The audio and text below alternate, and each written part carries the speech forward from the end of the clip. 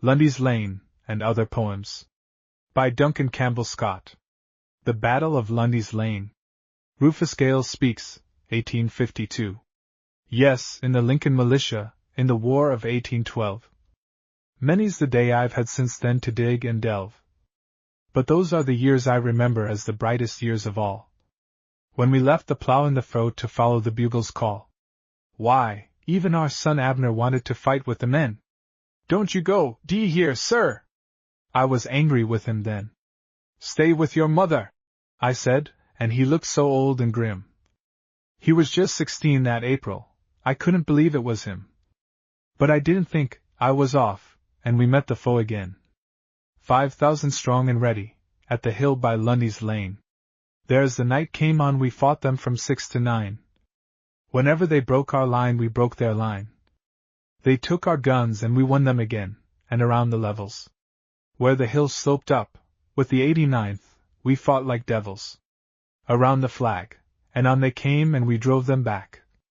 Until with its very fierceness the fight grew slack. It was then about 9 and dark as a miser's pocket, when up came Hercules Scott's brigade swift as a rocket, and charged, and the flashes sprang in the dark like a lion's eyes. The night was full of fire, groans, and cheers, and cries. Then through the sound and the fury another sound broke in.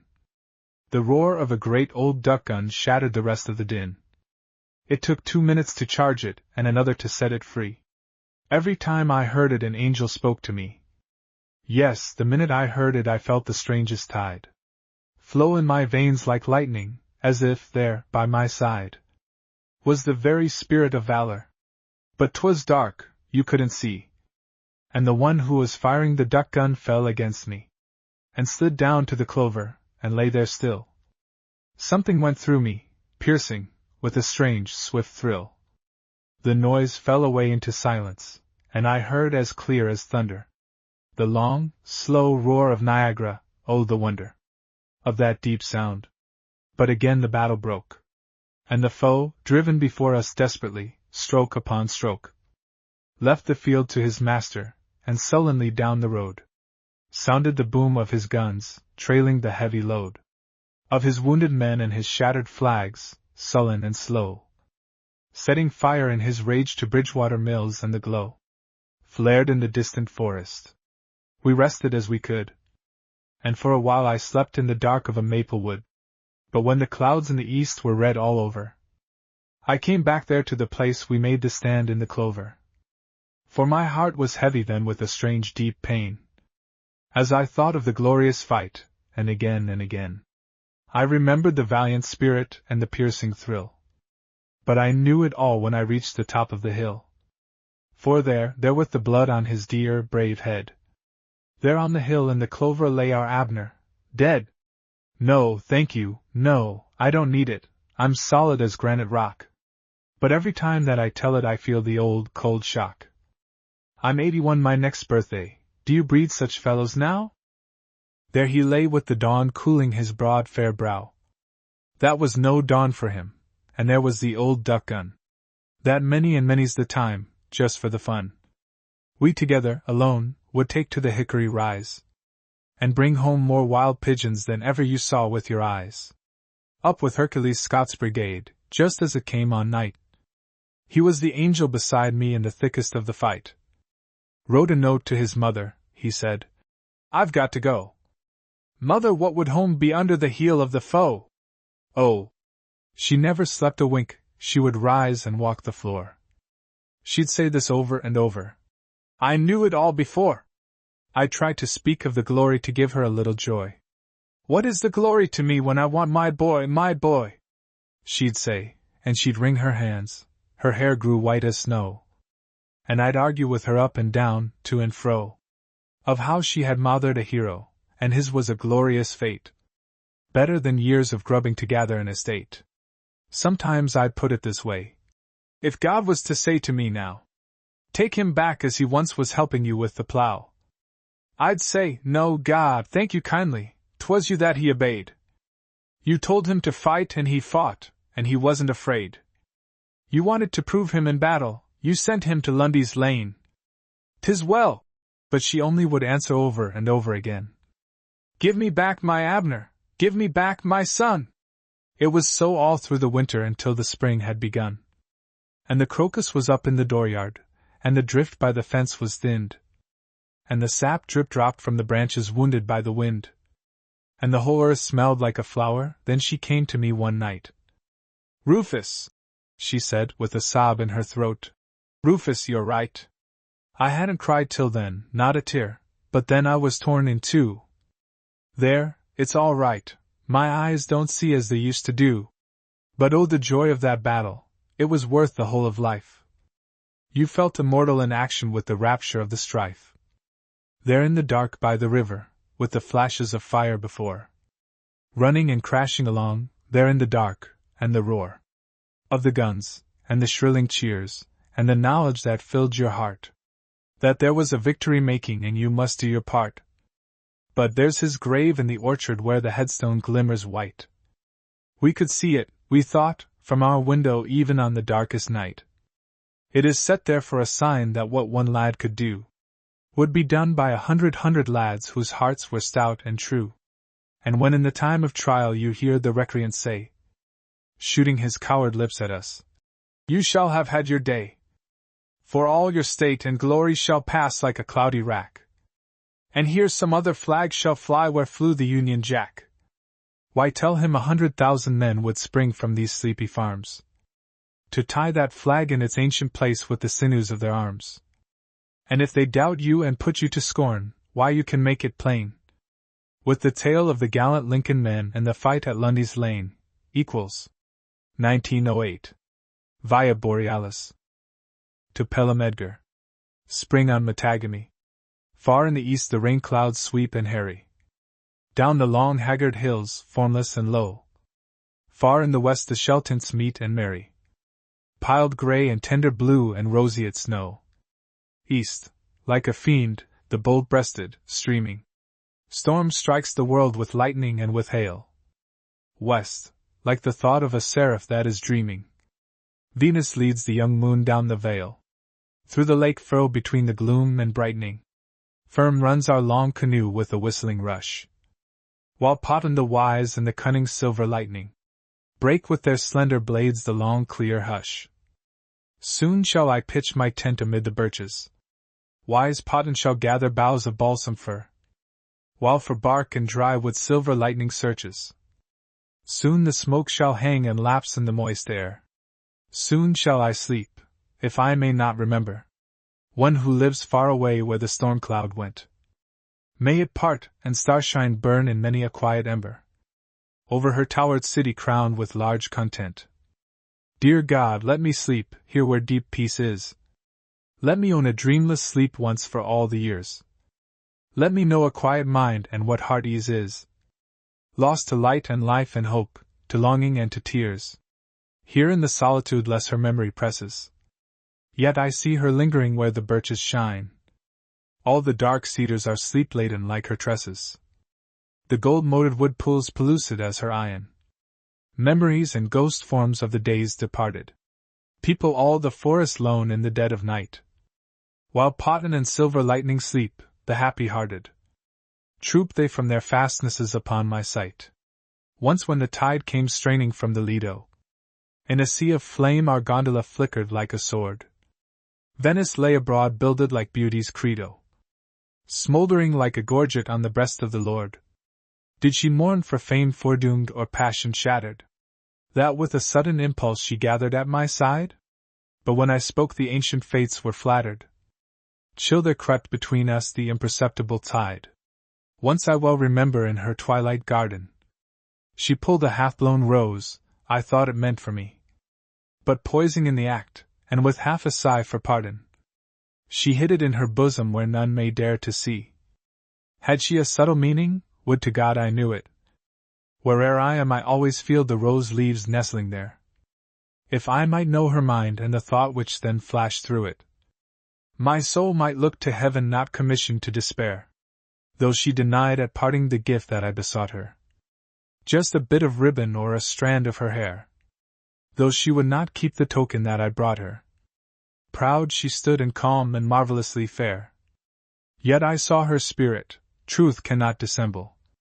Saw her pure as gold, staunch and keen and brave. For she knows my worth, and her heart was all a tremble, lest her will should weaken and make her heart a slave.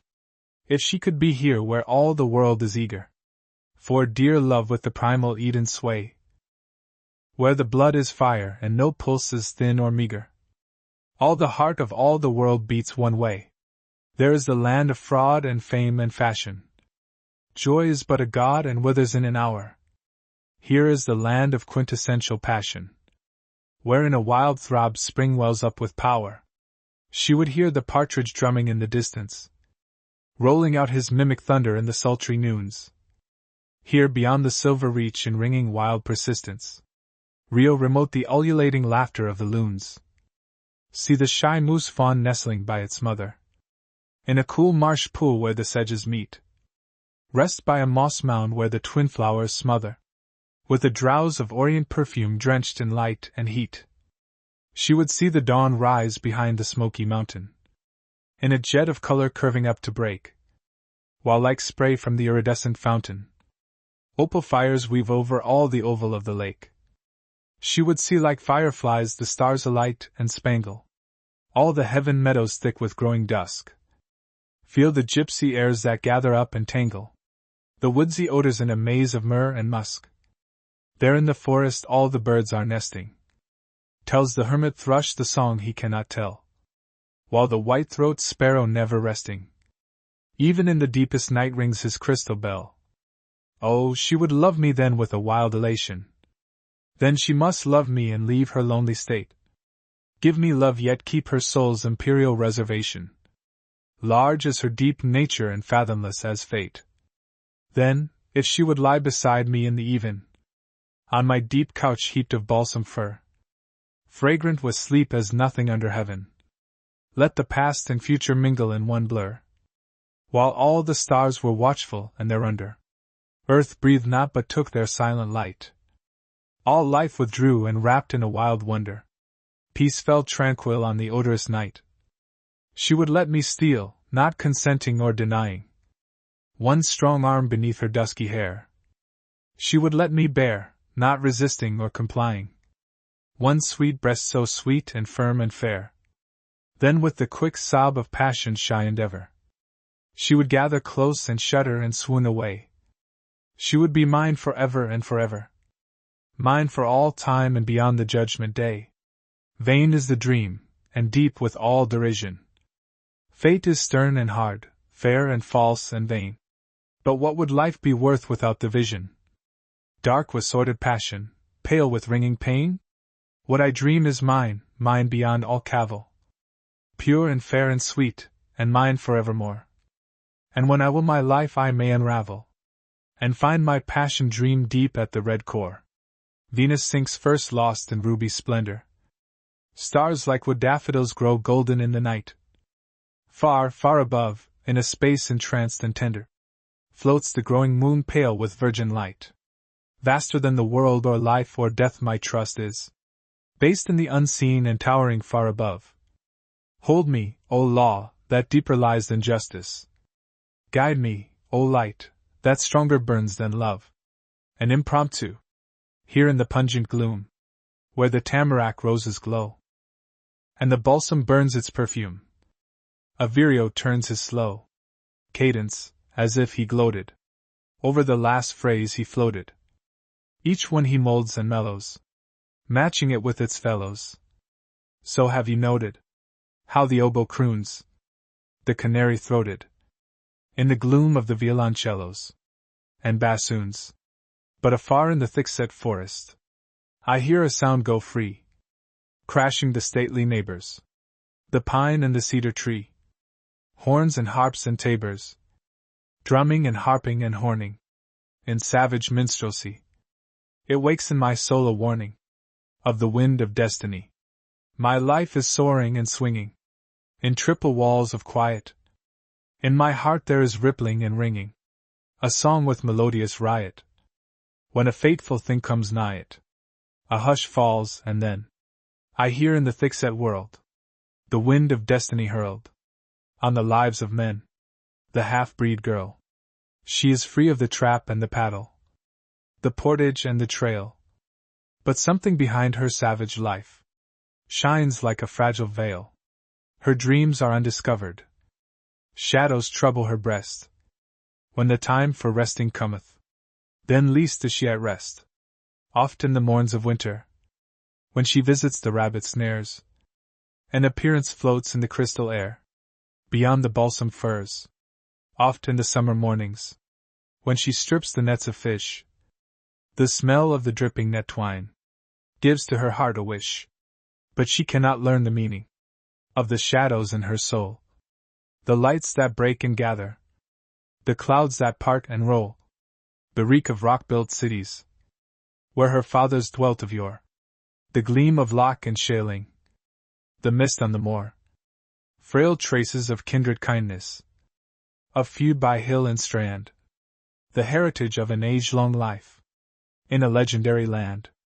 She wakes in the stifling wigwam, where the air is heavy and wild. She fears for something or nothing, with the heart of a frightened child. She sees the stars turn slowly, past the tangle of the poles, through the smoke of the dying embers, like the eyes of dead souls. Her heart is shaken with longing for the strange, still years, for what she knows and knows not, for the wells of ancient tears. A voice calls from the rapids, deep, careless, and free, a voice that is larger than her life, or than her death shall be. She covers her face with her blanket. Her fierce soul hates her breath, as it cries with a sudden passion, for life or death. Night burial in the forest. Lay him down where the fern is thick and fair. Fain was he for life, here lies he low, with the blood washed clean from his brow and his beautiful hair. Lay him here in the dell where the orchids grow. Let the birch bark torches roar in the gloom, and the trees crowd up in a quiet, startled ring. So lone is the land that in this lonely room never before has breathed a human thing. Cover him well in his canvas shroud, and the moss part and heap again on his quiet breast. What recks he now of gain, or love, or loss? Who for love gained rest, while she who caused it all hides her insolent eyes, or braids her hair with the ribbons of lust and of lies? And he who did the deed fares out like a hunted beast, to lurk where the muskox tramples the barren ground, where the stroke of his coward heart is the only sound, haunting the tamarack shade. Hear them upthronging, memories foredoomed, of strife and of longing, haggard or bright, by the tamaracks and birches, where the red torch light trembles and searches. The wilderness teems with inscrutable eyes of ghosts that are dreams, commingled with memories. Leave him here in his secret ferny tomb. Withdraw the little light from the ocean of gloom. He who feared not will fear aught never, left alone in the forest forever and ever. Then, as we fare on our way to the shore, sudden the torches cease to roar, for cleaving the darkness remote and still, comes a wind with a rushing, harp-like thrill, the sound of wings hurled and furled and unfurled, the wings of the angel who gathers the souls from the wastes of the world. Dream voyagers, to ports of balm through isles of musk, the gentle airs are leading us, to curtain calm and tents of dusk. The wood wild things unheeding us will share their hoards of hardihood, cool dew and roots of fern for food, frail berries full of the sun's blood, to planets bland with dales of dream. A tranquil life is leading us. We shall land from the languid stream. The musing shades, unheeding us, will share their veils of angelhood, thoughts that are tranced with mystic food, still broodings tinct with the seraph's blood. Song. Creep into my heart, creep in, afar from the fret, the toil and the din, where the spring of love forever flows, as clear as light and as sweet as the rose. Creep into my heart, where the dreams never wilt but their tints refine, rooted in beautiful thoughts of thine, where morn falls cool on the soul, like sleep, and the nights are tranquil and tranced and deep, where the fairest thing of all the fair Thou art, who hast somehow crept in there. Deep into my heart. Deep into my heart. Ecstasy. The shore lark soars to his topmost flight. Sings at the height where morning springs. What though his voice be lost in the light? The light comes dropping from his wings. Mount, my soul, and sing at the height of thy clear flight in the light and the air. Heard or unheard in the night, in the light. Sing there. Sing there. Lyrics, songs and sonnets. Meditation at Perugia. The sunset colors mingle in the sky, and over all the Umbrian valleys flow. Trevi is touched with wonder, and the glow finds high Perugia crimson with renown. Spello is bright. And St. Francis, thy deep treasured town, enshrined Assisi, fully fronts the light. This valley knew thee many a year ago. Thy shrine was built by simpleness of heart, and from the wound called life thou drewst the smart. Unquiet kings came to thee and the sad poor. Thou gavest them peace. Far as the Sultan and the Iberian shore, thy faith and abnegation gave release. Deeper our faith, but not so sweet as thine. Wider our view, but not so sanely sure. For we are troubled by the witching lure of science, with her lightning on the mist. Science that clears, yet never quite discloses what she wist, and leaves us half with doubts and half with fears. We act her dreams that shadow forth the truth, that somehow hear the very nerves of God. Thrill the old fires, the rocks, the primal sod. We throw our speech upon the open air, and it is caught, far down the world, to sing and murmur there. Our common words are with deep wonder fraught. Shall not the subtle spirit of man contrive to charm the tremulous ether of the soul, wherein it breathes, until, from pole to pole, those who are kin shall speak, as face to face, from star to star, even from earth to the most secret place, where God and the supreme archangels are? Shall we not prove, what thou hast faintly taught, that all the powers of earth and air are one? That one deep law persists from mole to sun? Shall we not search the heart of God and find that law impearled, until all things that are in matter and mind throb with the secret that began the world? Yea, we have journeyed since thou trodst the road, yet still we keep the fore-appointed quest. While the last sunset smolders in the west, still the great faith with the undying hope upsprings and flows, while dim Assisi fades on the wide slope, and the deep Umbrian valleys fill with rose. At William McLennan's grave, here where the cypress tall shadows the stucco wall, bronze and deep, where the chrysanthemums blow, and the roses, blood and snow, he lies asleep. Florence dreameth afar. Memories of foray and war murmur still. The Certosa crowns with a cold cloud of snow and gold the olive hill. What has he now for the streams, born sweet and deep with dreams? From the cedar meres? Only the Arno's flow, turbid and weary and slow, with wrath and tears.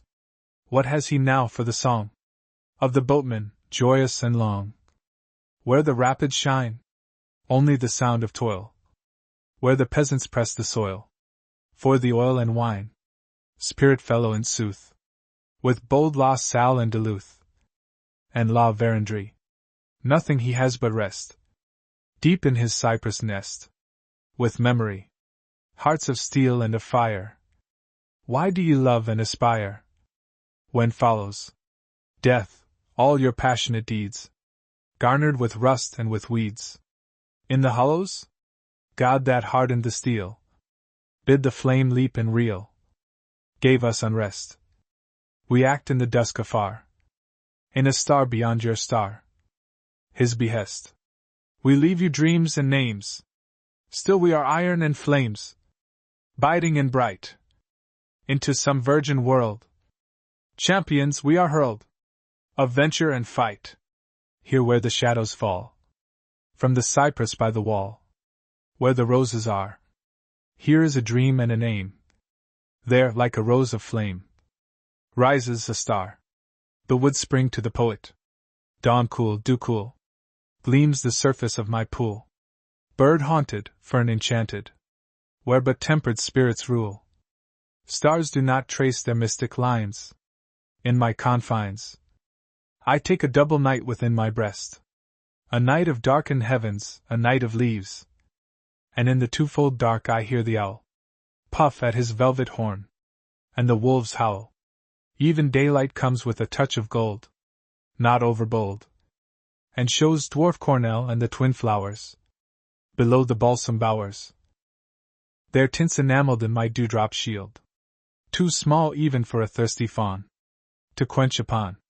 I hold my crystal at one level, there where you see the liquid bevel break in silver and go free, singing to its destiny. Give, poet, give! Thus only shalt thou live. Give! For 'tis thy joyous doom, to charm, to comfort, to illume.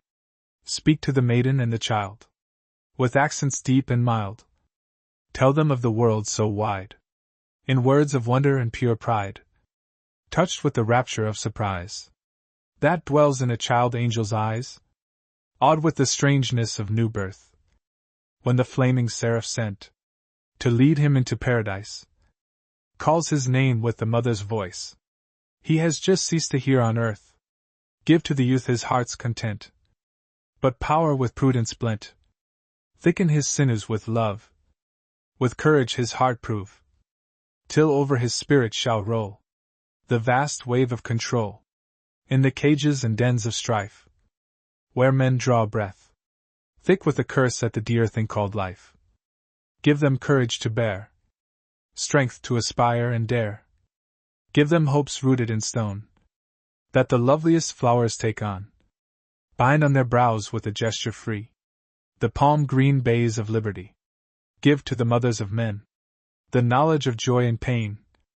Give them the sense of reward that grew in the breast of the Lord on the dawn of the seventh morn. For 'tis they who recreate the world whenever a child is born. Give, poet, give! Give them songs that charm and fill the soul with an alluring pleasure, prelusive to a deeper thrill, a richer tone, a fuller measure, like voices veiled with hidden treasure of angels on a windy morning, that first far off, then all together come with a glorious clarion calling, and when they swoon beneath the spell, recapture them to hear the echoes falling, falling, falling to those stoned for the truth.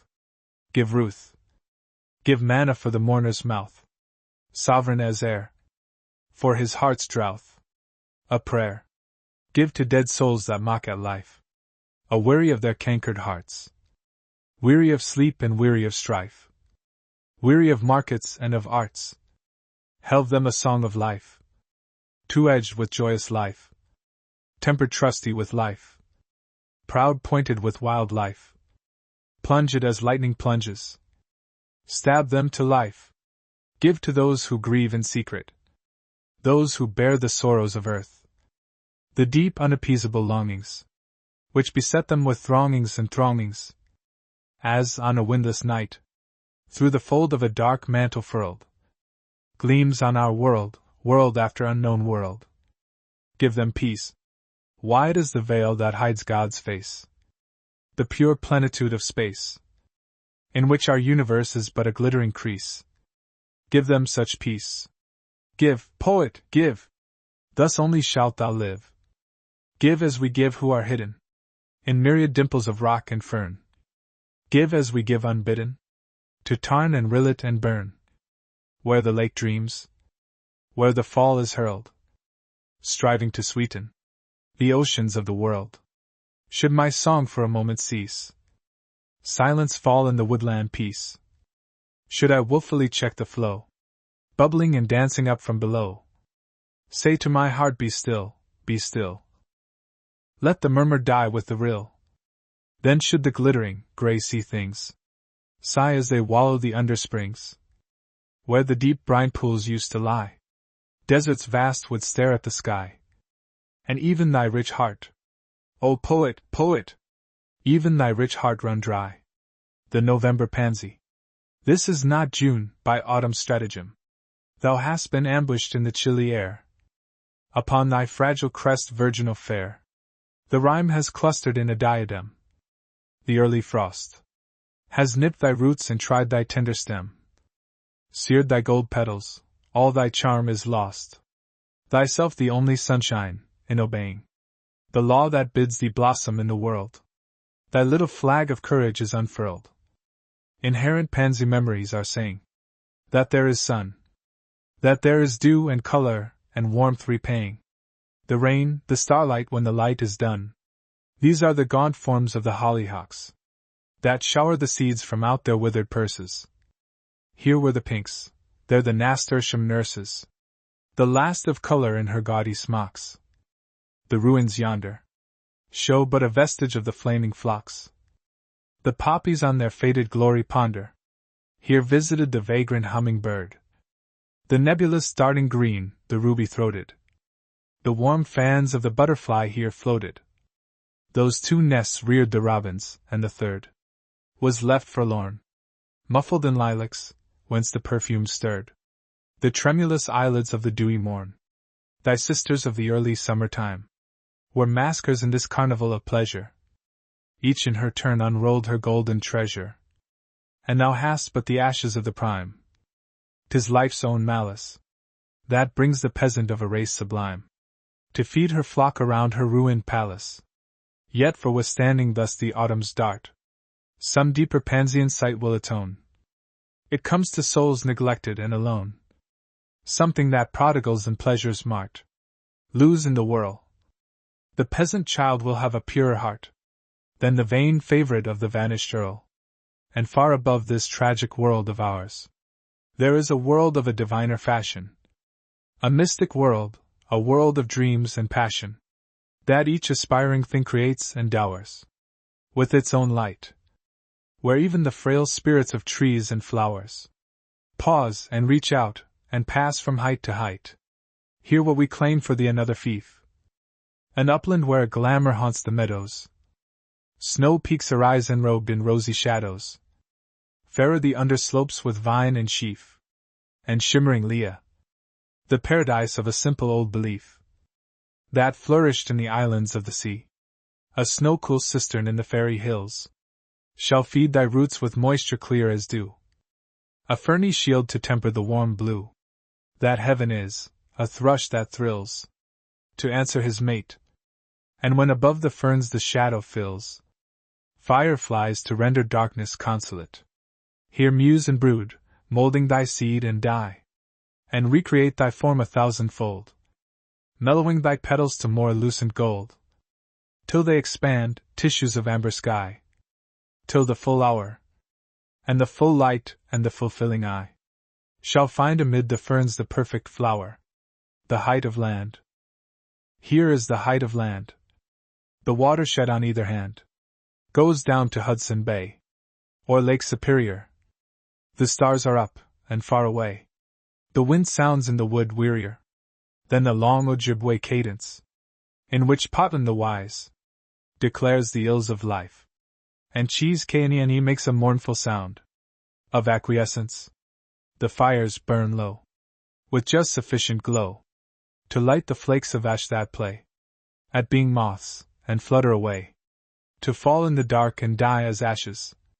Here there is peace in the lofty air, and something comes by flashes, deeper than peace. The spruces have retired a little space, and left a field of sky and violet shadow, with stars like marigolds in a water meadow. Now the Indian guides are dead asleep. There is no sound unless the soul can hear the gathering of the waters in their sources. We have come up through the spreading lakes, from level to level, pitching our tents sometimes over a revel of roses that nodded all night, dreaming within our dreams, to wake at dawn and find that they were captured, with no dew on their leaves, sometimes mid sheaves of bracken and dwarf cornel, and again on a wide blueberry plain, brushed with the shimmer of a bluebird's wing. A rocky islet followed, with one lone poplar and a single nest of white-throat sparrows that took no rest, but sang in dreams or woke to sing. to the last portage and the height of land. Upon one hand, the lonely north enlaced with lakes and streams, and the enormous targe of Hudson Bay, glimmering all night, in the cold Arctic light. On the other hand, the crowded southern land, with all the welter of the lives of men. But here is peace, and again, that something comes by flashes. Deeper than peace, a spell, golden and inappellable, that gives the inarticulate part of our strange being one moment of release.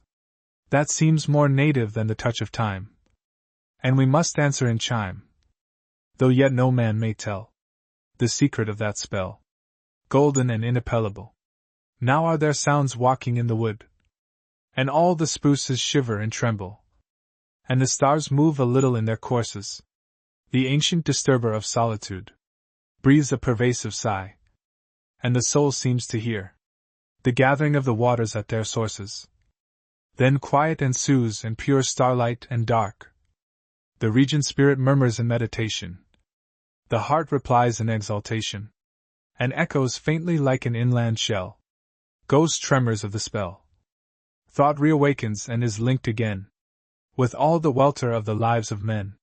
Here on the uplands where the air is clear, we think of life as of a stormy scene, of tempest, of revolt and desperate shock. And here, where we can think, on the bright uplands, where the air is clear, we deeply brood on life, until the tempest parts, and it appears as simple as to the shepherd seems his flock, as something to be guided by ideals that in themselves are simple and serene, of noble deed to foster noble thought, and noble thought to image noble deed, till deed and thought shall interpenetrate, making life lovelier, till we come to doubt whether the perfect beauty that escapes is beauty of deed or thought or some high thing, mingled of both, a greater boon than either. Thus we have seen in the retreating tempest the victor sunlight merge with the ruined rain, and from the rain and sunlight spring the rainbow. The ancient disturber of solitude stirs his ancestral potion in the gloom, and the dark wood is stifled with the pungent fume of charred earth burned to the bone. That takes the place of air.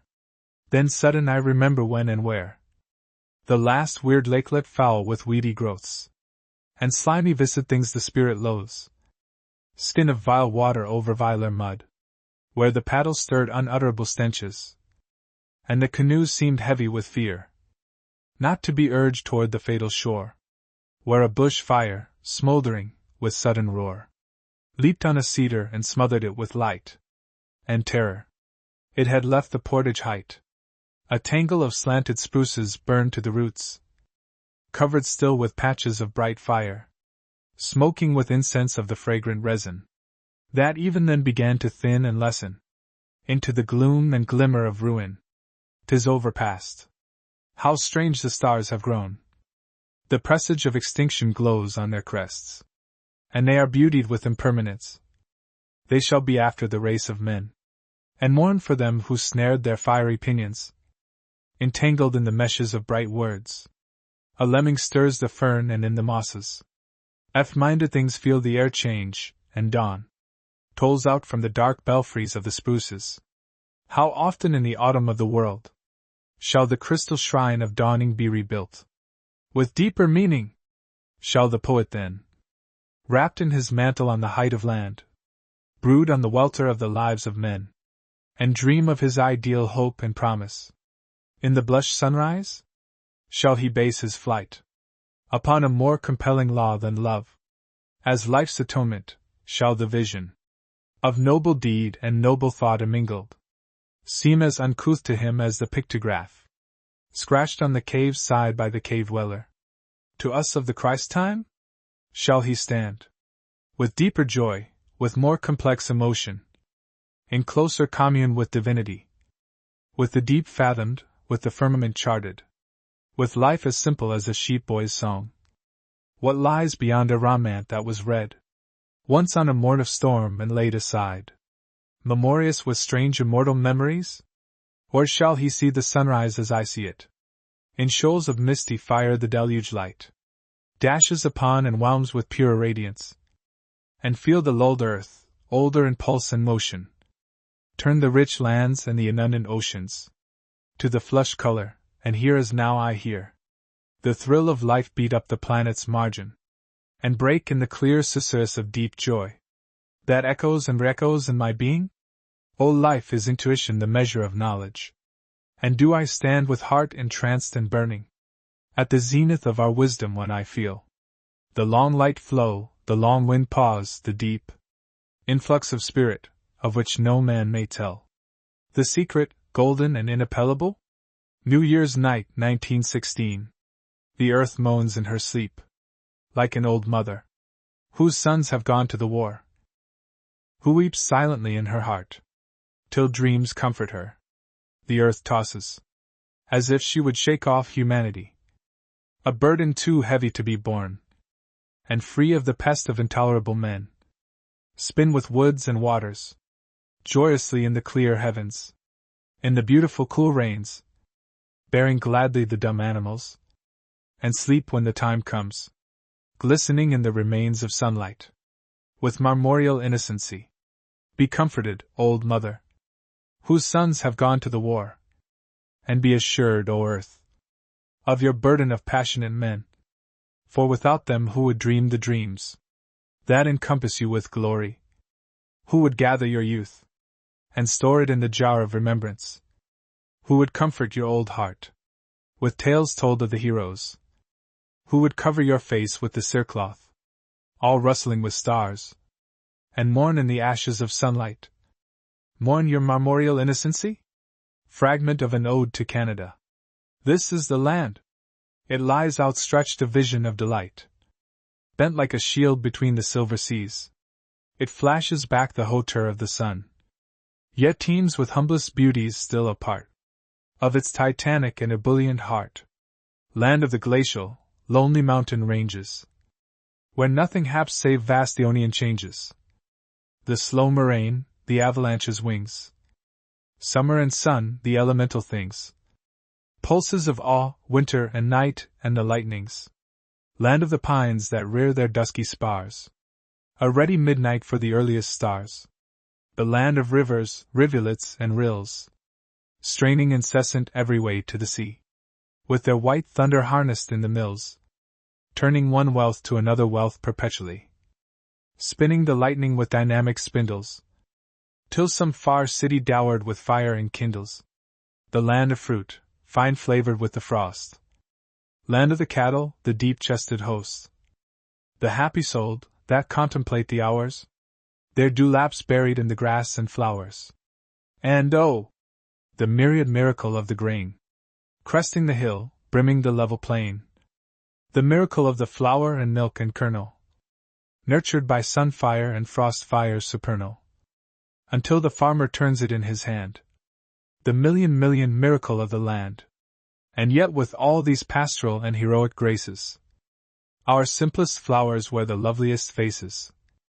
The sparrows are our most enraptured singers, and round their songs the fondest memory lingers. Our forests tower and tremble, star-enchanted. Their roots are by the timid spirits haunted. Of hermit thrushes, tranced is the air, ever in doubt when they shall sing or where.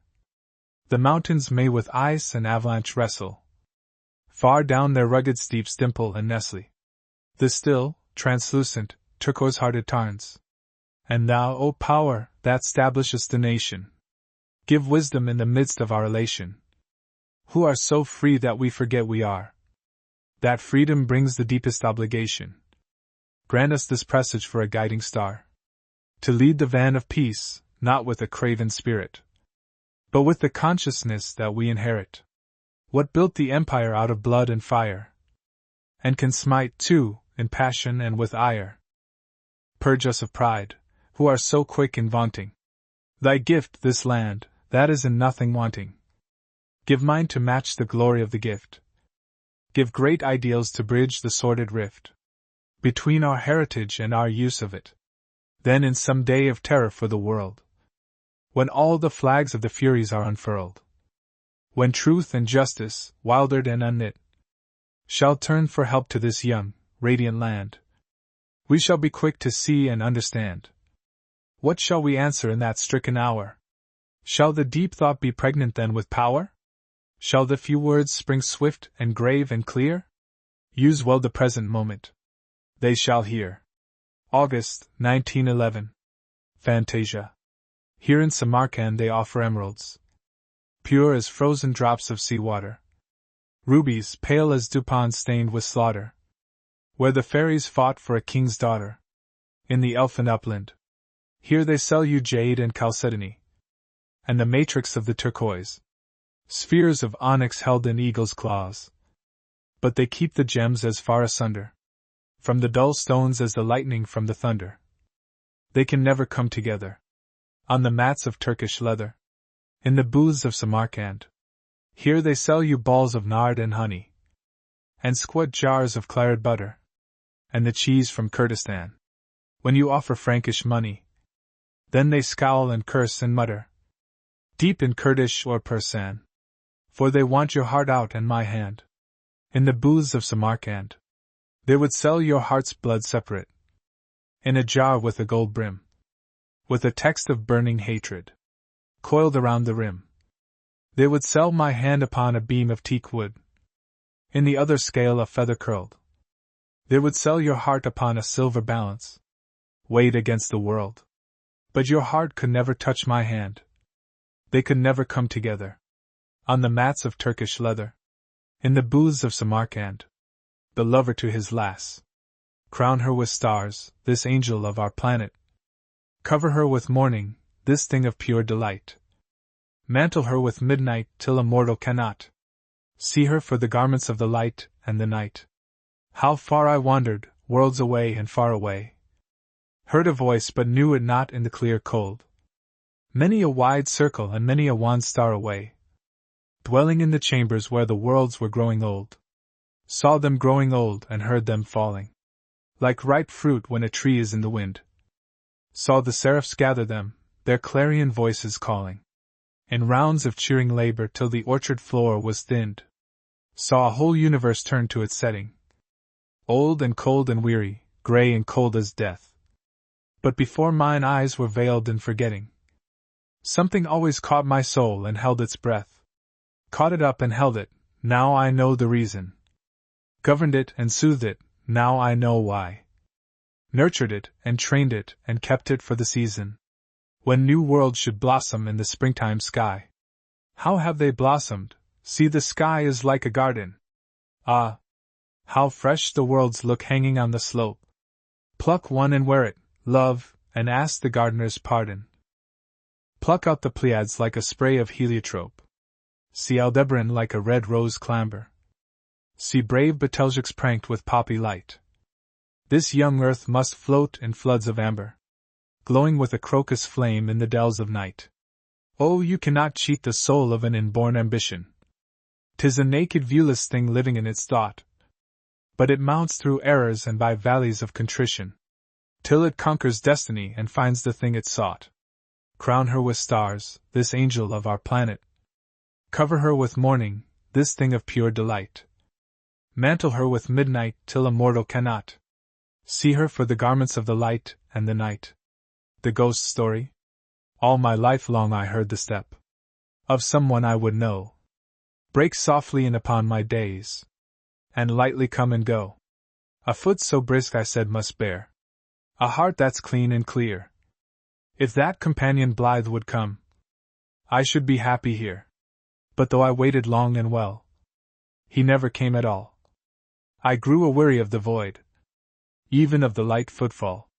From loneliness to loneliness, I felt my spirit grope. At last I knew the uttermost, the loneliness of hope. And just upon the borderland, where flesh and spirit part, I knew the secret footfall was the beating of my heart. Night. The night is old, and all the world is wearied out with strife. A long gray mist lies heavy and wan above the house of life. For stars burn up and are unquelled by the low, shrunken moon. Her spirit draws her down and down. She shall be buried soon. There is a sound that is no sound, yet fine it falls and clear, the whisper of the spinning earth. to the tranced atmosphere. An odor lives where once was air, a strange, unearthly scent, from the burning of the four great stars. Within the firmament, the universe, deathless and old, breathes yet is void of breath, as still as death that seems to move, and yet is still as death. The apparition, gentle angel with your mantle, all of tender green.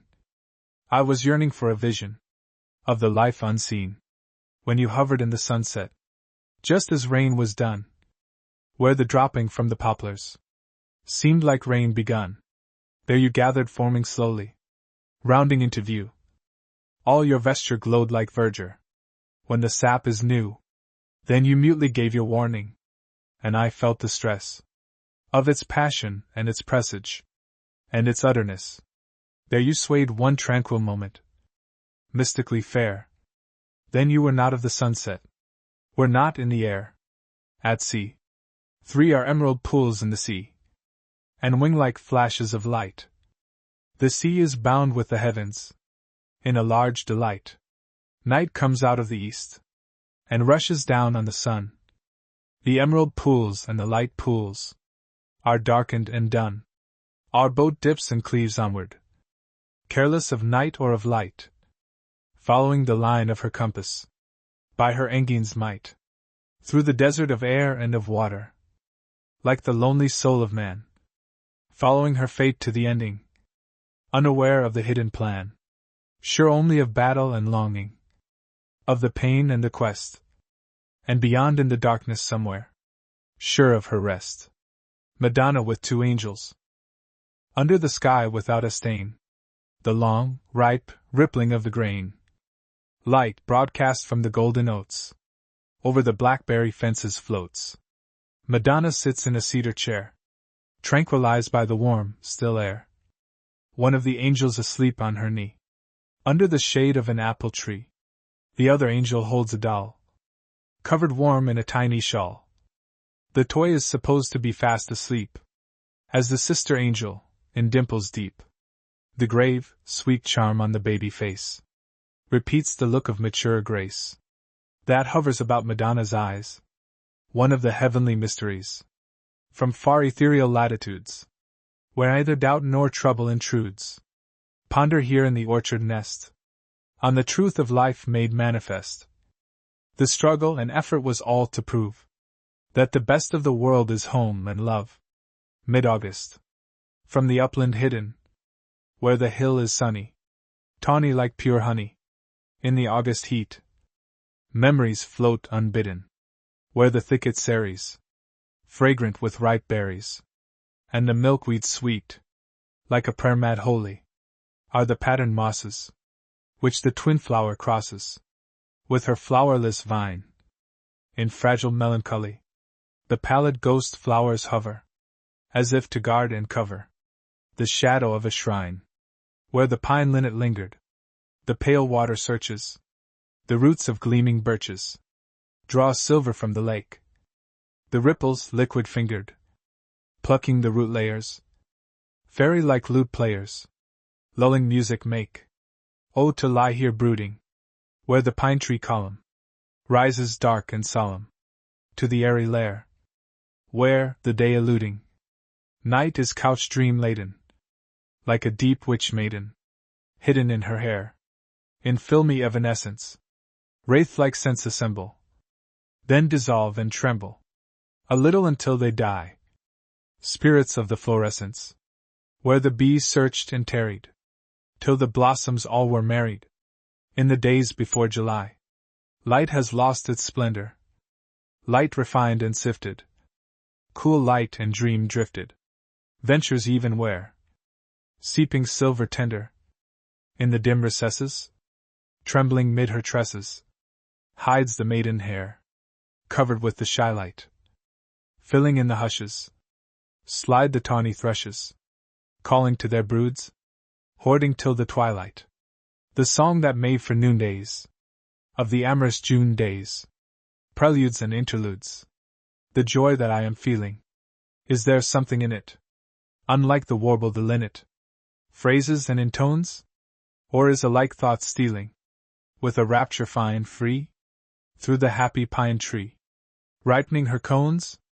In some high existence, in another planet, where their poets cannot know our birds and flowers, does the same persistence give the dreams they issue, something like the tissue of these dreams of ours?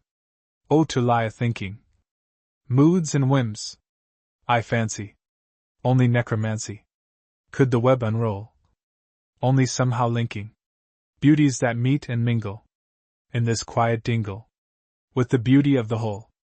Mist and frost, veil-like and beautiful, gathered the dutiful mist in the night, true to the messaging, dreamful and presaging, vapor and light, ghostly and chill it is, pallid and still it is, sudden upburst. What is there tragical, moving or magical, hid in the mist? Millions of essences, fairy-like presences, formless as yet, light-riven spangles, crystalline tangles, floating unset. Frost will come shepherding, no wise in geoparding, frondage or flower, just a degree of it. Naught can we see of it, only its power. Earth like a swimmer, plunged into the dimmer wave of the night, now is uprisen, an Elysian vision of spray and of light. 'Tis the intangible, delicate frangible, secret of mist. Breathing may banish it, thought may evanish it.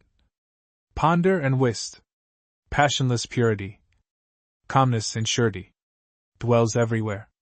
A winnowed whiteness, a lunar lightness, glows in the air, but in the heart of it, every least part of it, blooms with the charm, star shape and frondage, broken from bondage, forged into form, crystals encrusted, diamonds dusted, line everything. Tiny the stencilings are as the pencilings on a moth's wing. And oh, what a wonder! No farther asunder than atoms are laid the arches and angles of starfroth and spangles, cast their own shade out from the chalices, the pygmy palaces, where the tint hides opal and sapphire, half pearl and half fire. The color slides till the frail miracle, rapturous lyrical, flushes and glows with a wraith of fluorescence that tempers or lessens the light of the snows, held all a-quiver, but now with a shiver the power of the sun dissolves the laces of the tender mazes. All is undone, but the old earth brooding, all wisdom including, affirms and assures that above the material, triumphal imperial, beauty endures.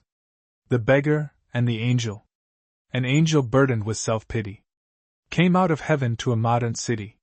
He saw a beggar on the street, where the tides of traffic meet. A pair of brass-bound hickory pegs brought him his pence instead of legs. A murky dog by him did lie, poodle, in part, his ancestry. The angel stood and thought upon this poodle-hunted beggar man. My life is grown a bore, said he. One long round of Siamiki. I think I'll do a little good, by way of change from angelhood. He drew near to the beggar grim, and gravely thus accosted him. How would you like, my friend, to fly all day through the translucent sky, to knock at the door of the red leaven, and even to enter the orthodox heaven? If you would care to know this joy, I will surrender my employ, and take your ills, collect your pelf, an humble beggar like yourself. For ages you these joys may know, while I shall suffer here below, and in the end we both may gain access of pleasure from my pain. The stationary vagrant said, I do not mind, so go ahead. The angel told the heavenly charm. He felt a wing on either arm. Good day, he said. This floating's queer. If I should want to change next year? Pull out that feather, the angel said. The one half black and the other half red. The cripple cried. Before you're through, you may get faggied, and if you do. The angel superciliously My transformed friend, don't think of me. I shall be happy day and night, in doing what I think is right. So, the feathered beggar said. Goodbye, I am just overhead. The angel, when he grasped the dish, began to criticize his wish. The seat was hard as granite rocks. His real legs were in the box. His knees were cramped, his shins were sore. The lying pegs stuck out before. In vain he clinked the dish and whined. The passers-by seemed deaf and blind. As pious-looking as St. Denis. An urchin stole his catchpenny. And even the beggar's drab-fleeced poodle began to know him for a noodle. It has an uncelestial scent, the clothing of this mendicant, he cried. That trickling down my spine is anything but Hyalin. This day is like 1,000 years. I'd give an age of sighs and tears to see with his confection grin one cherub sitting on his chin. That cripple was by far too sly. I wish he'd tumble from the sky, that things might be as they were before. I really cannot stand much more. The beggar in the angel's guise rose far above the smoky skies, but being a beggar never saw the charm of the compelling law that turned the swinging universe. 'Twas gloomy as an empty purse. Often with heaven in his head, he blundered on a planet dead, and when with an immortal fuss he singed his wings at Sirius, he plucked the feather with his teeth. The charm was potent, and beneath he saw the turmoil of the way, grown wilder at the close of day. With the sad poodle, can in hand, the angel still at the old stand. My friend, said the angel, hemming and humming, truly I thought you were never coming. That's an unhandsome thing to say, seeing I've only been gone a day. But there's nothing in all your brazen sky to match the cock of that poodle's eye.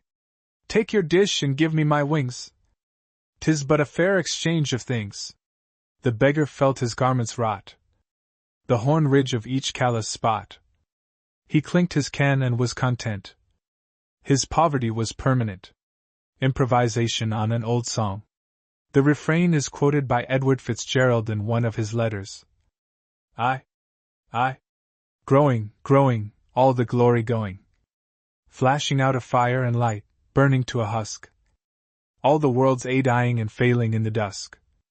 Growing, all the glory going. Rust is on the door latch, ashes at the root, dry rot in the ridgepole, canker in the fruit. Growing, all the glory going. Plot, ye subtle statesmen, a trace of melted wax. Bind, ye haughty prelates, a thread of revelled flax. Growing, all the glory going. March, ye mighty captains, and eddy in the dust. Rave, ye furious lovers, a stain of crimson rust.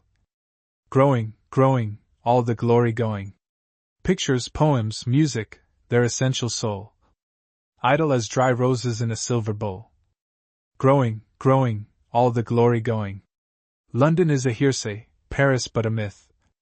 Rome a wand of sweet flag withered to the pith. Growing, all the glory going. Palsy shakes the planets, frost has chilled the sun. In a crushing silence the all is dead and done. Growing, all the glory going. 2. Going, all the glory growing. See it stir and flutter, that is singing, hark! Singing in the caverns of the primal dark. Going, all the glory growing. What is in the making, what immortal plan draws to its unfolding? 'Tis the soul of man. Going, all the glory growing. See it mount and hover, singing as it goes, battling with the darkness, nourished by its woes. Going, all the glory growing. The bale fires of midnight glaring in its eyes. Past the phantom shadows see it rush and rise. Going, all the glory growing. The supernal morning on its dewy wings, soaring and scorning the lust of earthly things. Going, all the glory growing. The beatific noontide on its eager breast, springing and singing to its halcyon rest. Going, all the glory growing. In its starry vesture not a vestige of the sod, winging still and singing to the heart of God. Going, going, all the glory growing. Oh, turn once more. Oh, turn once more. The meadows where we mused and strayed together abound and glow yet with the ruby sorrel. 'Twas there the bluebirds fought and played together. Their quarrel was a flying bluebird quarrel. Their nest is firm still in the burnished cherry. They will come back there some day and be merry. Oh, turn once more. Oh, turn once more. The spring we lingered at is ever steeping the long, cool grasses where the violets hide, where you awoke the flower heads from their sleeping, and plucked them, proud in their inviolate pride. You left the roots will flower again. Oh, turn once more and pluck the flower again. Oh, turn once more. Oh, turn once more. We were the first to find the fairy places, where the tall lady slippers scarfed and snooted, painted their lovely thoughts upon their faces, and then, bewitched by their own beauty, brooded. This will recur in some enchanted fashion. Time will repeat his miracles of passion. Oh, turn once more. Oh, turn once more. What heart is worth the longing for, the winning, that is not moved by currents of surprise, who never breaks the silken thread in spinning, shows a bare spindle when the daylight dies. The constant blood will yet flow full and tender. The thread will mended be though gossamer slender. Oh, turn once more. At the gill nets. Tug at the net. Haul at the net. Strip off the quivering fish. Hid in the mist. The wind's whist is like my heart's wish. What is your wish? Your heart's wish? Is it for home on the hills? Strip off the fish. The silver fish, caught by their rosy gills. How can I know? I love you so. Each little thought I get is held so. It dies, you know. Caught in your heart's net. Tug at your net. Your heart's net. Strip off my silver fancies. Keep them in rhyme. For a dull time. Fragile as frost pansies. A love song. I gave her a rose in early June, fed with the sun and the dew. Each petal I said is a note in the tune. The rose is the whole tune through and through. The tune is the whole red-hearted rose. Flush and form, honey and hue. Lull with the cadence and throb to the close. I love you, I love you, I love you. She gave me a rose in early June, fed with the sun and the dew. Each petal, she said, is a mount in the moon. The rose is the whole moon through and through. The moon is the whole pale-hearted rose. Round in radiance, burnish and blue. Break in the flood tide that murmurs and flows. I love you, I love you, I love you. This is our love in early June, fed with the sun and the dew. Moonlight and roses hid in a tune. The roses are music through and through. The moonlight falls in the breath of the rose. Light and cadence, honey and hue, mingle and murmur and flow to the close. I love you, I love you, I love you. 3 songs. I, where love is life, the roses blow. Though winds be rude, and cold the snow, the roses climb, serenely slow. They nod and rhyme. We know, where love is life, the roses blow. Where life is love, the roses blow. Though care be quick, and sorrows grow, their roots are twined with rose roots so that rosebuds find a way to show. Where life is love, the roses blow. 2. Nothing came here but sunlight. Nothing fell here but rain. Nothing blew but the mellow wind. Here are the flowers again. No one came here but you, dear. You with your magic train of brightness and laughter and lightness. Here is my joy again. 3. I have songs of dancing pleasure. I have songs of happy heart. Songs are mine that pulse and measure to the throbbing of the mart.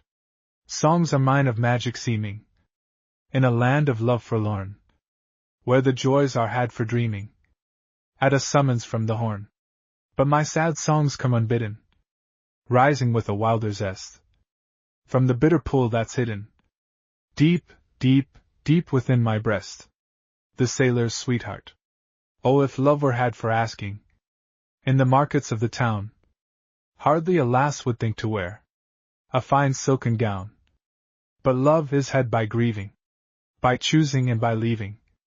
And there's no one now to ask me, if heavy lies my heart.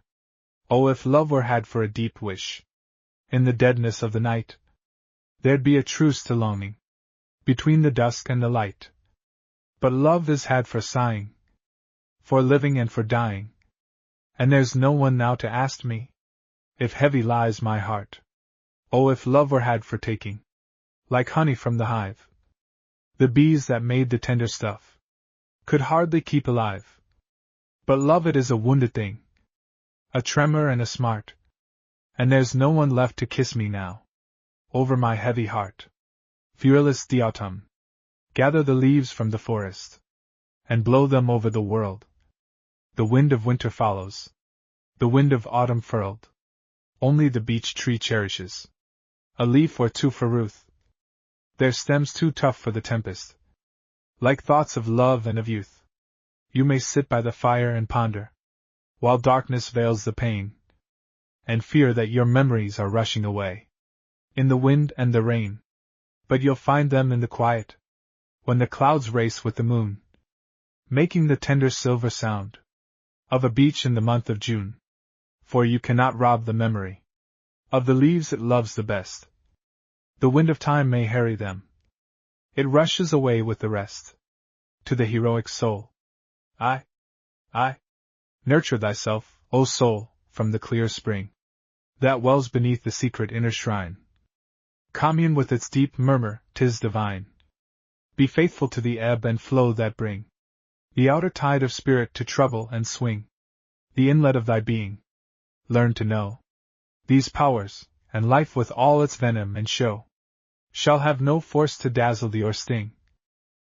And when grief comes, thou shalt have suffered more than all the deepest woes of all the world.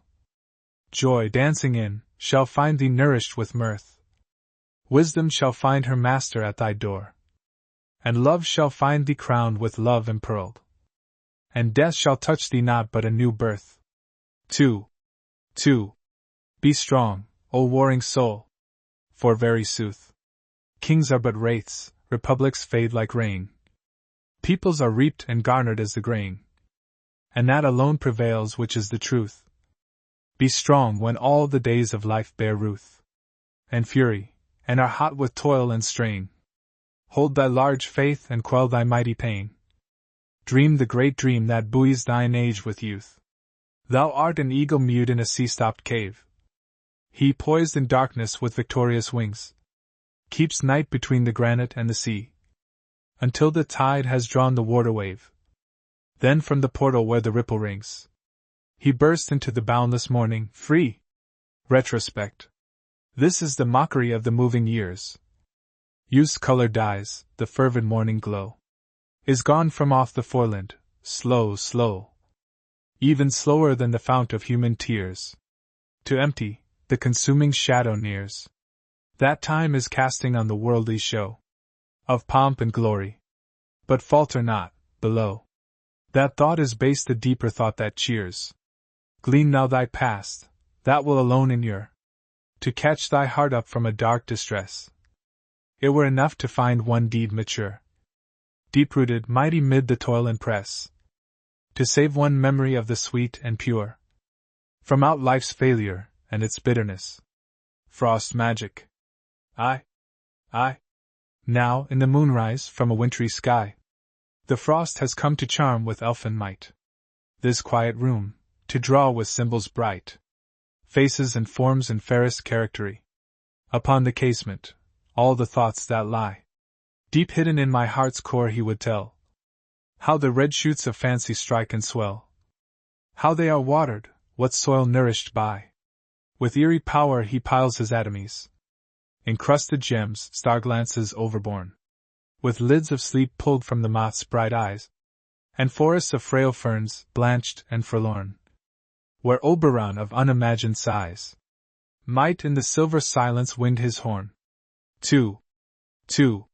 With these alone he draws in magic lines faces that people dreams, and chiefly one, happy and brilliant as the northern sun, and by its darling side there gleams and shines one of God's children with the laughing signs of dimples, and glad accents, and sweet cries, that angels are in heaven's memories. The wizard thus my soul's estate divines. All it holds dear he sets alone apart, etches the past in likeness of dim groves, silvered in quiet rhyme and with rare art, in crystal spoils and fairy treasure troves.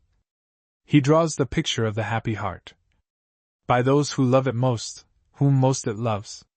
In snow time, I have seen things that charm the heart to rest.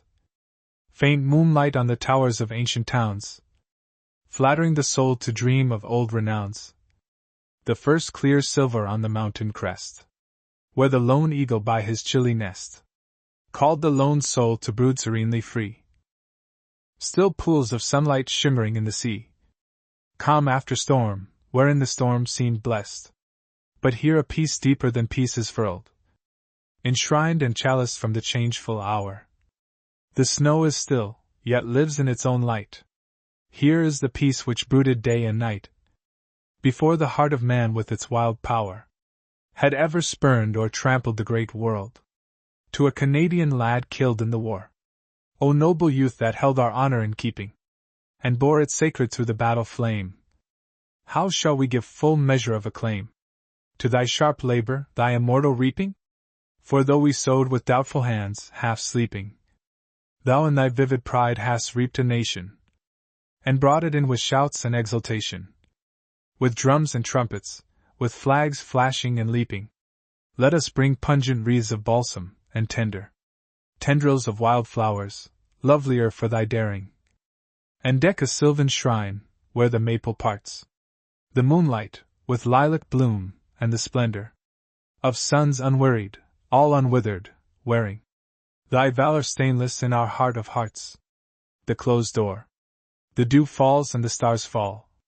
The sun falls in the west. But nevermore, through the closed door, shall the one that I love best return to me. A salt tear is the sea, all earth's air is a sigh, but they never can mourn for me, with my heart's cry, for the one that I love best, who caressed me with her eyes, and every morning came to me with the beauty of sunrise, who was health and wealth and all, who never shall answer my call. While the sun falls in the west, the dew falls and the stars fall, by a child's bed she breathed deep, and stepped from out life's stream, upon the shore of sleep, and parted from the earthly noise, leaving her world of toys, to dwell a little in a dell of dream, then brooding on the love I hold so free. My fond possessions come to be clouded with grief. These fairy kisses, this archness innocent, sting me with sorrow and disturbed content. I think of what my portion might have been, a dearth of blisses, a famine of delights, if I had never had what now I value most, till all I have seems something I have lost. A desert underneath the garden shows, and in a mound of cinders roots the rose. Here then I linger by the little bed, till all my spirit's sphere grows one half brightness and the other dead, one half all joy, the other vague alarms, and holding each the other half in fee, floats like the growing moon, that bears implicitly her lessening pearl of shadow, clasped in the crescent silver of her arms. Elizabeth speaks. I taught 6.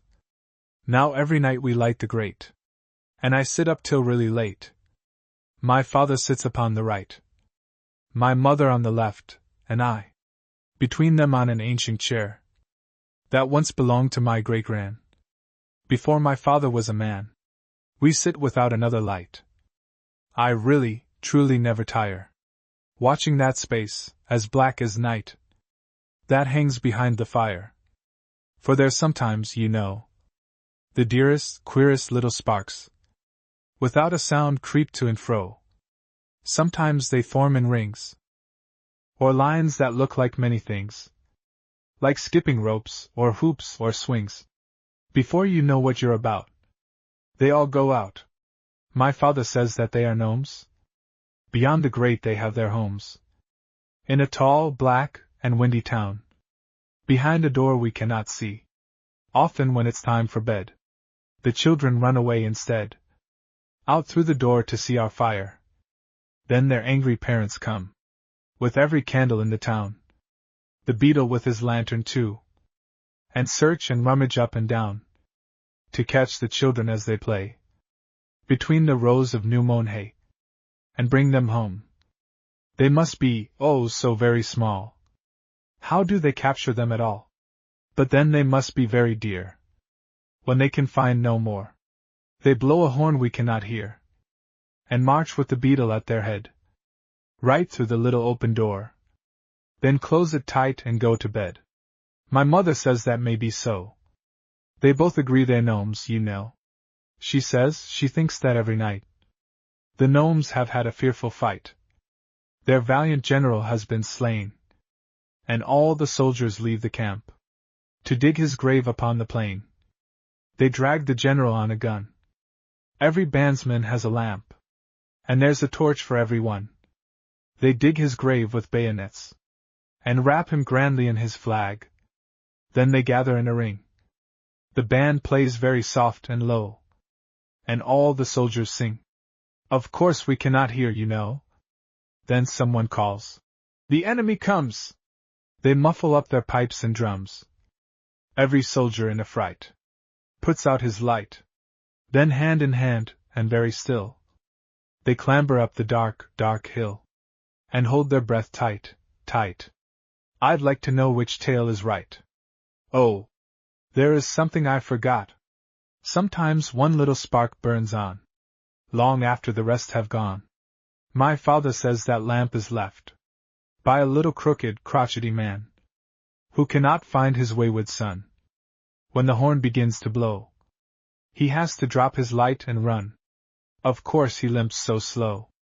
He squeezes through the very last. When he is gone the naughty scamp jumps up and puff. Out goes the lamp. My mother says that is the light borne by the very bravest knight. He is so very, very brave. He would not leave his general's grave.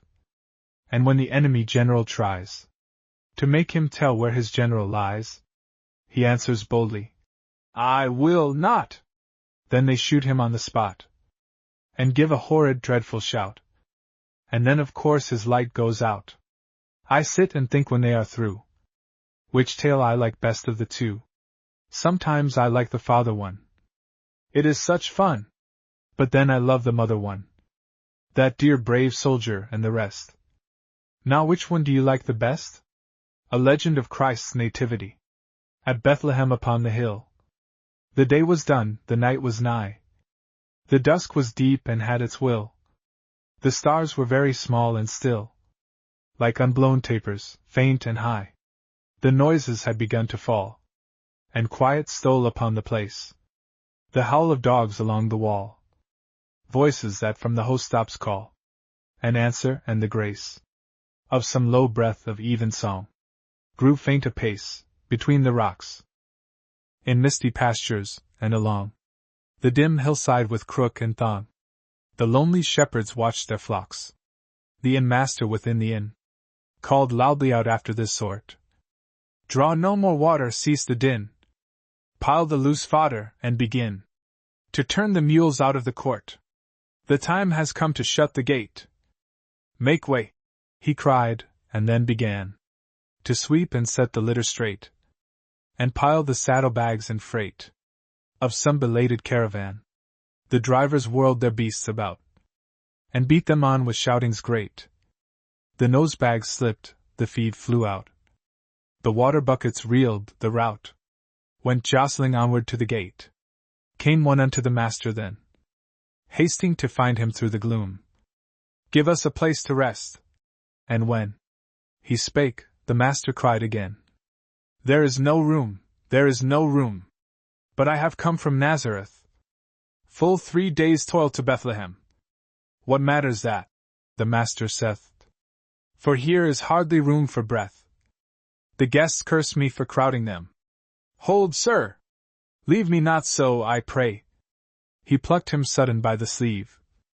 My wife is with me and doth say, her hour hath come, I beg you stay, and make some plan for her relief.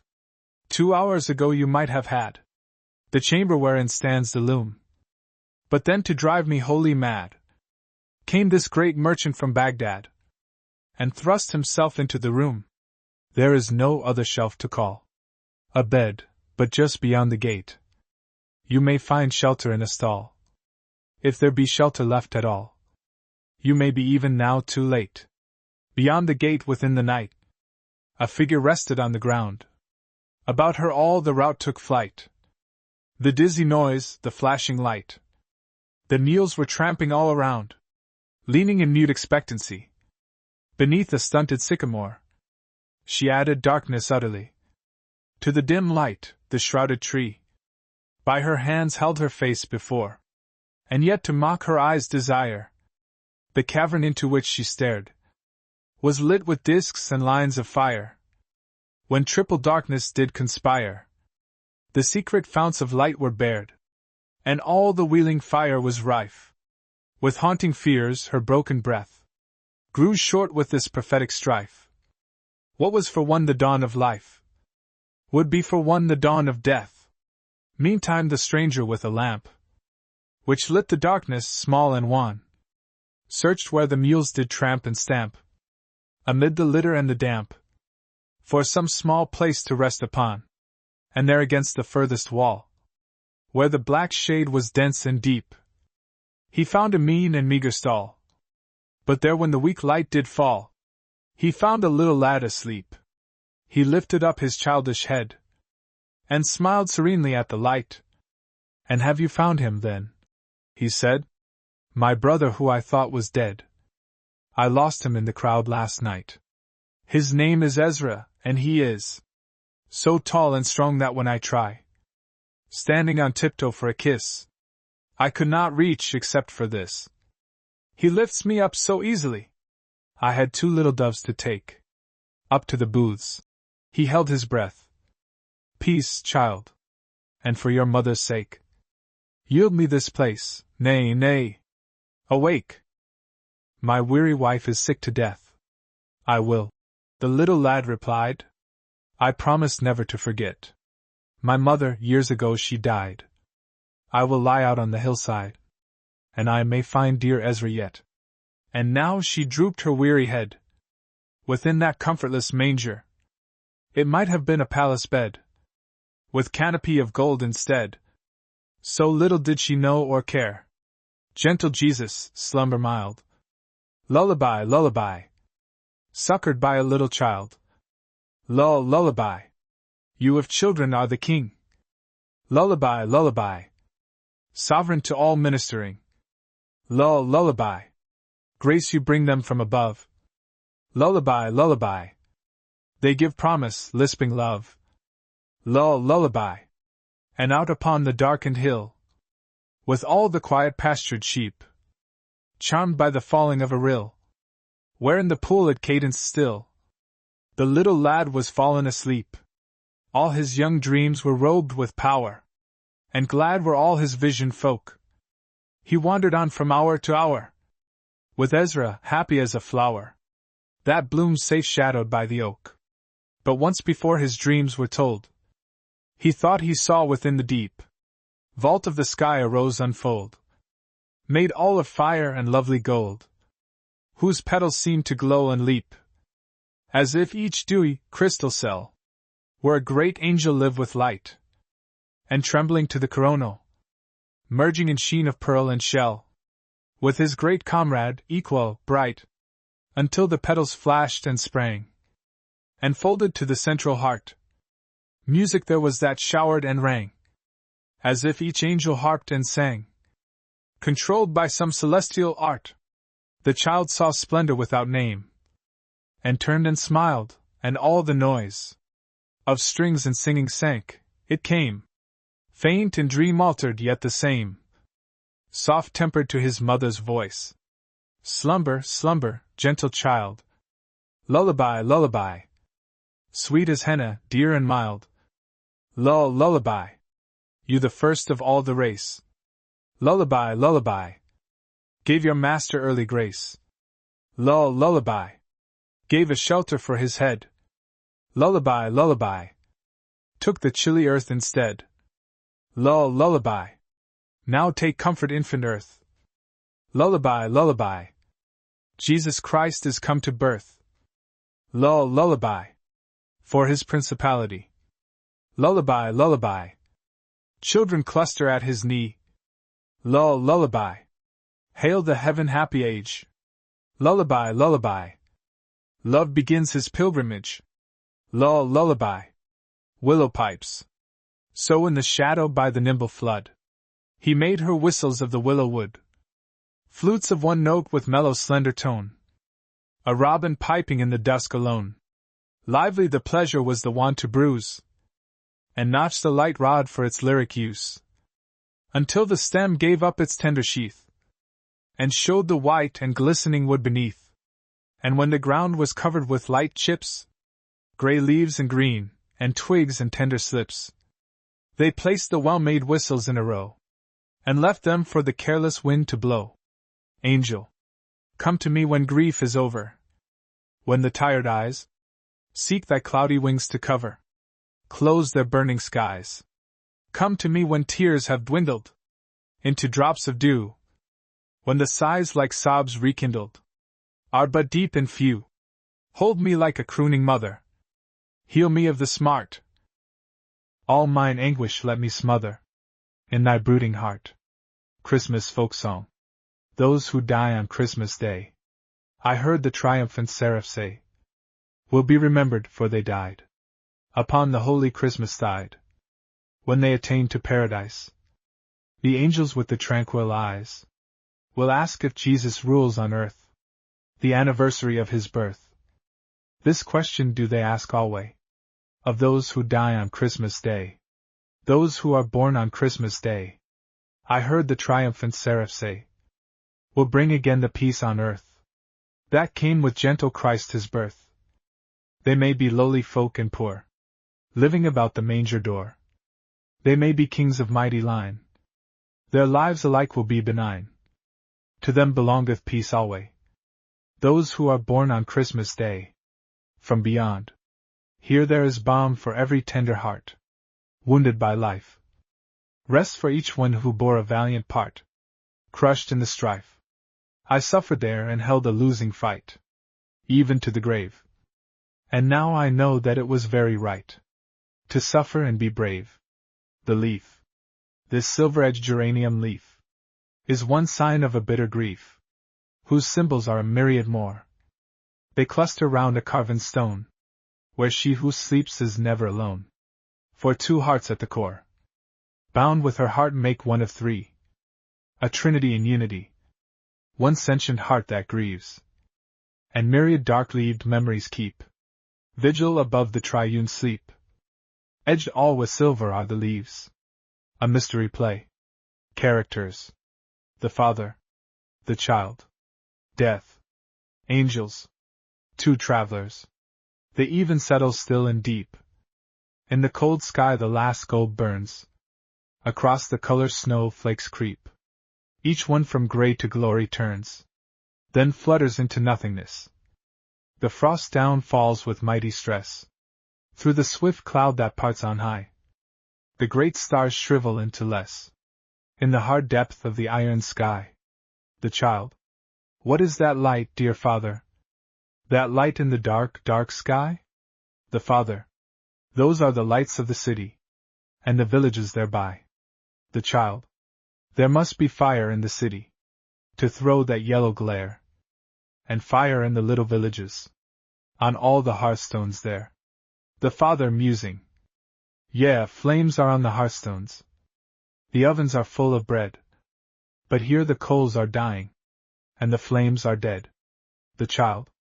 What is the cold, dear Father? It stings like an angry bee. Wherever it stings my hand turns white. See. The Father. The cold is a beast, my dear one. With his paws he tears at the thatch. His breath is a curse and a warning. You can see it creep on the latch. The child. If 'tis a wolf, dear father, that lies with his paw on the floor, let us heat the spade in the embers, and drive him away from the door. Angels. God is the power of growth. In the snail and the tree. God is the power of growth. In the heart of the man. The child. Did you not hear the singing? Voices overhead? Mother's voice and Ruth's voice. Voices of the dead. The father musing. Our Ruth died in the springtime. With the spade I turned the sod. We buried her by the briar rose. Her life is hid with God. The child. All summer long in the garden. No roses came to the tree. Father, was it for sorrow? Sorrow for thee and me? The father. Roses grew in the garden. I saw them at morning and even. Shadows of earthly roses. They bloomed for fingers in heaven. The air is very clear and still. The moonlight falls from half the sphere. The shadow from the silver hill fills half the vale, and half is clear as the moon's self with cloudless snow. By the dead stream the alders throw their shadows, shot with tingling spars. On the sheer height the elm trees glow. Their tops are tangled with the stars. The child. Father, the coals are dying. See! I have heated the spade. Let me throw the door wide open. I will not be afraid. The father. Let me kiss you once on the forehead. And once on your darling eyes. We may see them both at the dawning. In the dales of paradise. The child. And if I only see them, I will tell them how you smiled. For the wolf, you know, is angry. And I am a little child. Death. Undaunted spirits. I give thee peace. For a world of dread. Calm. For desperate toil. Rest. Thou who didst say, when the waters of poverty wax deep, deep, what we bear is best. Just once, I give thee sleep. First traveler. Keep up your spirits, I know. There's a cabin under the hill. The fellow will make a roaring fire. We'll heat our hands and drink our fill, and go warm to our heart's desire. Second traveler. The door is open, hey go. This pair will claim neither crown nor groat. The man has gripped his garden spade, as if he would dig his grave in the snow. The boy has the face of a saint, I trow. His brow says, I was not afraid. First traveler. Ah well, these things must be, you know. Gather your sables around your throat. Give us that story about the monk, his niece, and the wandering conjurer. Just to keep our blood astir. The angels, the heart of God, the worlds and man, are fashioned and molded in a subtle plan. Passion outsurges, sweeps far but converges. Nothing is lost, sod or stone, but comes to its own. Bear well thy joy. 'Tis mixed with alloy.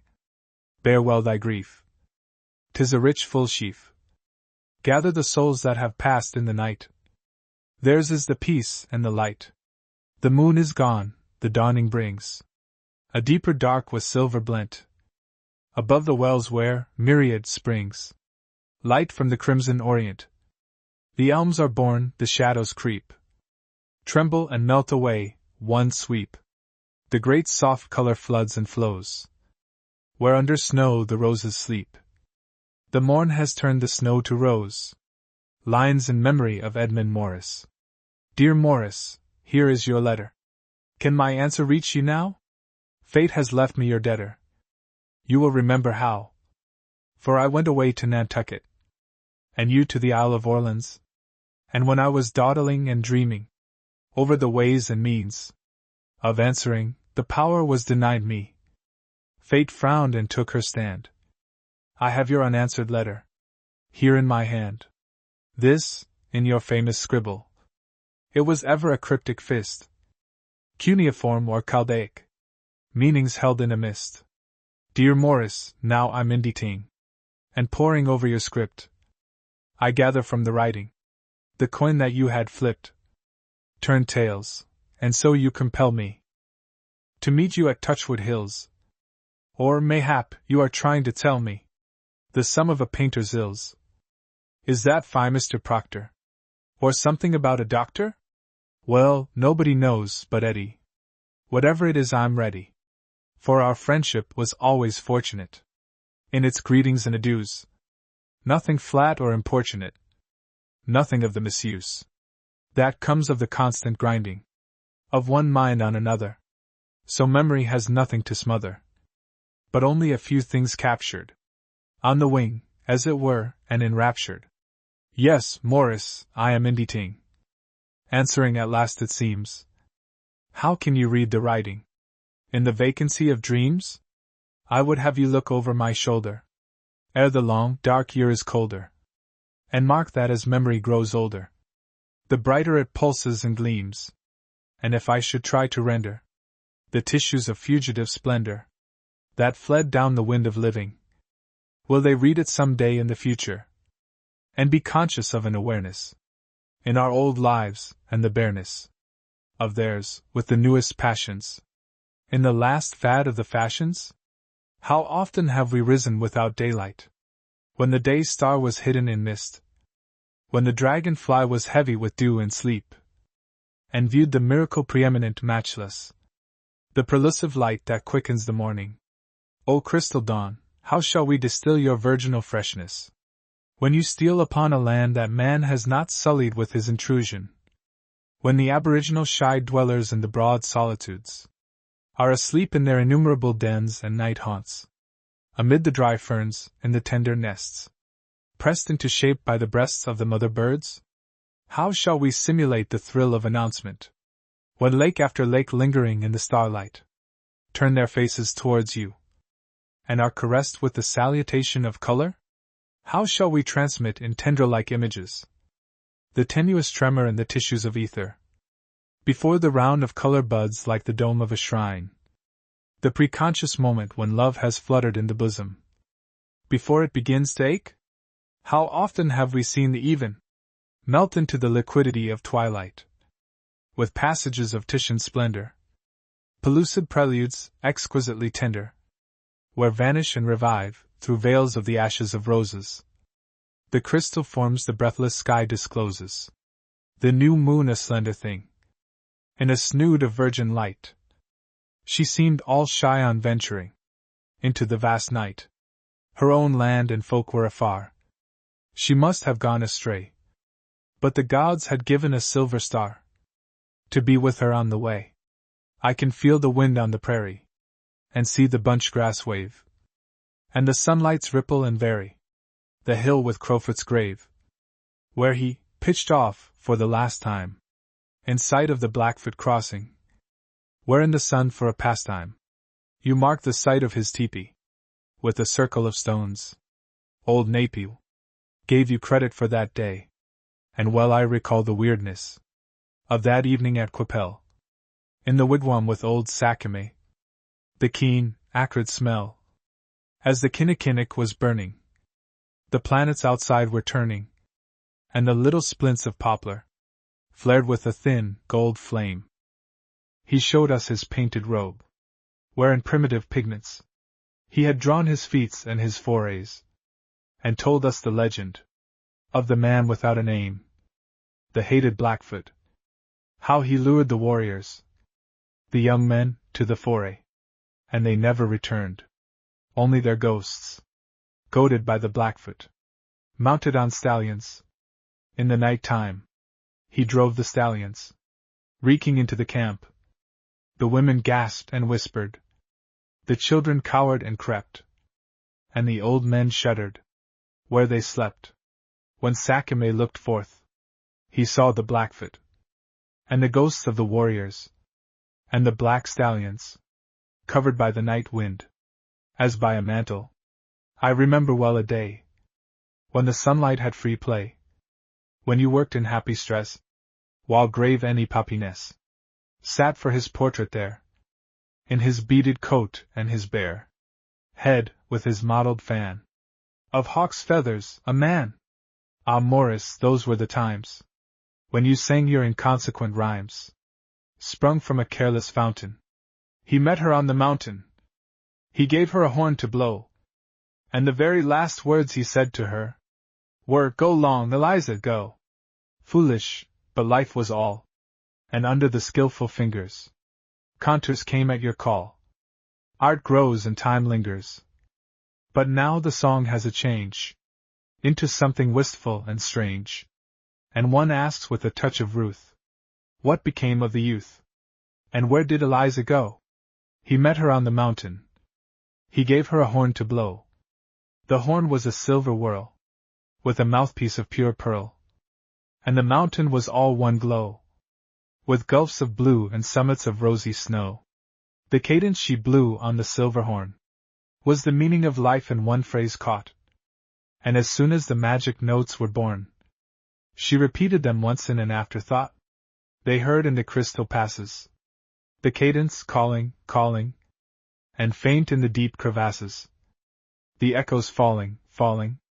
They stood apart and wondered. Her lips with a wound were aquiver.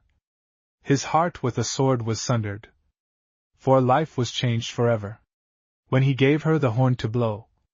But a shadow arose from the valley, desolate, slow and tender. It hid the herdsman's chalet, where it hung in the emerald meadow. Was death driving the shadow? It quenched the tranquil splendor of the color of life on the glow peaks, till at the end of the even, the last shell tint on the snow peaks had passed away from the heaven. And yet, when it passed, victorious, the stars came out on the mountains, and the torrents gusty and glorious clamored in 1,000 fountains, and even far down in the valley, a light rediscovered the chalet. The scene that was veiled had a meaning so deep that none might know. Was it here in the morn on the mountain that he gave her the horn to blow? Tears are the crushed essence of this world, the wine of life, and he who treads the press is lofty with imperious disregard of the burst grapes, the red tears and the murk. But nay, that is the thought of the old poets, who sullied life with the passional bitterness of their world-weary hearts. We of the sunrise, joined in the breast of God, feel deep the power that urges all things onward, not to an end, but in an endless flow, mounting and mounting, claiming not overmuch for human life, sharing with our brothers of nerve and leaf the urgence of the one creative breath. All in the dim twilight, say of morning, where the fluorescence of the light and dew halos and hallows with a crown adorning the brows of life with love, herein the clue. The love of life, yeah, and the peerless love of things not seen, that leads the least of things to cherish the green sprout, the hardening seed. Here leans all nature with vast mother love, above the cradled future with a smile. Why are there tears for failure, or sighs for weakness, while life's rhythm beats on? Where is the rule to measure the distance we have circled and clomb? Catch up the sands of the sea and count the failures hidden in our sum of conquest. Persistence is the master of this life, the master of these little lives of ours. To the end, effort, even beyond the end. Here, Morris, on the plains that we have loved. Think of the death of a cuss, fleet of foot, who, in his prime, a herd of antelope, from sunrise, without rest, 100 miles, drove through rank prairie, loping like a wolf, tired them and slew them, ere the sun went down. A cuss, in his old age, blind from the smoke of teepees and the sharp snow light, alone, with his great-grandchildren, withered and spent, crept in the warm sun along a rope, stretched for his guidance. Once when sharp autumn made membranes of thin ice upon the sloughs, he caught a pony on a quick return of prowess, and, all his instincts cleared and quickened, he mounted, sensed the north and bore away to the last mountain lake where in his youth he shot the sandhill cranes with his flint arrows. And for these hours in all the very pomp of pagan fancy and free dreams of foray and crude adventure, he ranged on entranced, until the sun blazed level with the prairie, then paused, faltered and slid from off his pony. In a little bluff of poplars, hid in the bracken, he laid down, the populace of leaves. In the lithe poplars whispered together and trembled, fluttered before a sunset of gold smoke, with interspaces green as sea water, and calm as the deep water of the sea. There a kuss lay, silent amid the bracken, gathered at last with the Algonquin chieftains. Then the tenebrous sunset was blown out, and all the smoky gold turned into cloud wrack. A kuss slept forever amid the poplars, swathed by the wind from the far-off red deer, where dinosaurs sleep, clamped in their rocky tombs. Who shall count the time that lies between the sleep of a kuss and the dinosaurs? Innumerable time, that yet is like the breath of the long wind that creeps upon the prairie, and dies away with the shadows at sundown. What we may think, who brood upon the theme, is, when the old world, tired of spinning, has fallen asleep, and all the forms that carried the fire of life are cold upon her marble heart, like ashes on the altar, just as she stops, that something will escape of soul or essence, the sum of life, to kindle otherwhere, just as the fruit of a high sunny garden, grown mellow with autumnal sun and rain, shriveled with ripeness, splits to the rich heart, and looses a gold kernel to the mold. So the old world, hanging long in the sun, and deep enriched with effort and with love, shall, in the motions of maturity, wither in part, and the kernel of it all escape, a lovely wraith of spirit, to latitudes where the appearance, throated like a bird, winged with fire and bodied all with passion, shall flame with presage, not of tears, but joy. The end.